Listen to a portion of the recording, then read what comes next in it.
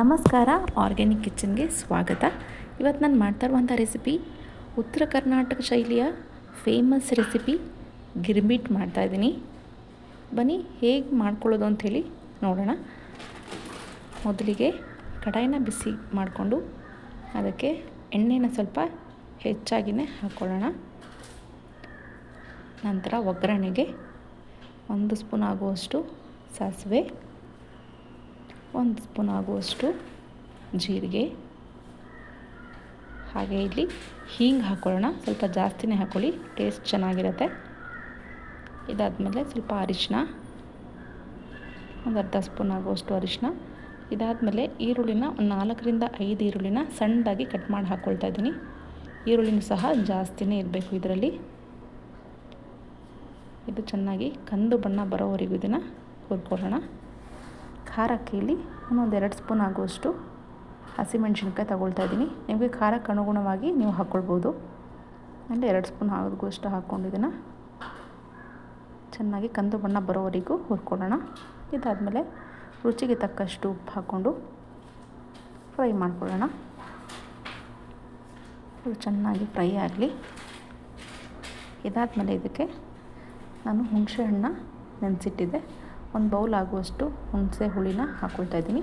ನೀವು ಈ ಮಸಾಲೆನ ಹೆಚ್ಚಾಗಿ ಮಾಡಿ ಇಟ್ಕೊಳ್ಬಹುದು. ಆರಾಮಾಗಿ 1 ವಾರ ಸ್ಟೋರ್ ಮಾಡಿ ಇಟ್ಕೊಬೋದು. ಬೇಕು ಅಂದಾಗ ಮಂಡಕ್ಕಿ ಜೊತೆಗೆ ಮಿಕ್ಸ್ ಮಾಡ್ಕೊಂಡು ತಿನ್ನಬಹುದು. ಇದಾದಮೇಲೆ 1 ಸ್ಪೂನ್ ಆಗುವಷ್ಟು ಬೆಲ್ಲ ಹಾಕ್ಕೊಳ್ತಿದ್ದೀನಿ. ಇಲ್ಲಿ ಹುಳಿ ಮತ್ತು ಬೆಲ್ಲ ಹಾಕಿದ್ರೇ ಗಿರ್ಮಿಟ್ಗೆ ಟೇಸ್ಟ್ ಚೆನ್ನಾಗಿರೋದು.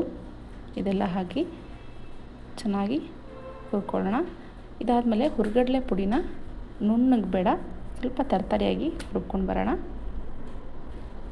ರುಬ್ಬಾದಮೇಲೆ ನೋಡಿ, ಈ ರೀತಿ ಎಣ್ಣೆ ಸಪ್ರೇಟ್ ಆಗಬೇಕು, ಅವಾಗವರೆಗೂ ಇದನ್ನು ಫ್ರೈ ಮಾಡ್ಕೋಬೇಕು.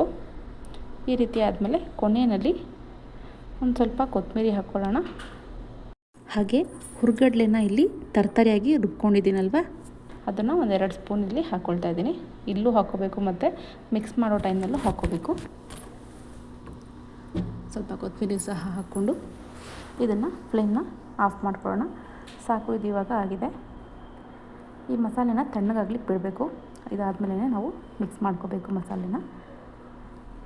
ಇಲ್ಲಿ ನಮಗೆ ಎಷ್ಟು ಬೇಕೋ ಅಷ್ಟು ಮಂಡಕ್ಕಿನ ಹಾಕ್ಕೊಳ್ತಾ ಇದ್ದೀನಿ.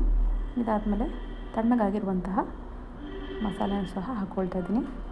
ಇದನ್ನು ಆರಾಮಾಗಿ 1 ವಾರಗಳ ಕಾಲ ಸ್ಟೋರ್ ಮಾಡಿ ಇಟ್ಕೊಳ್ಬಹುದು. ಹಾಕ್ಕೊಂಡು ಇದನ್ನ ಚೆನ್ನಾಗಿ ಮಿಕ್ಸ್ ಮಾಡ್ಕೊಳ್ಳೋಣ.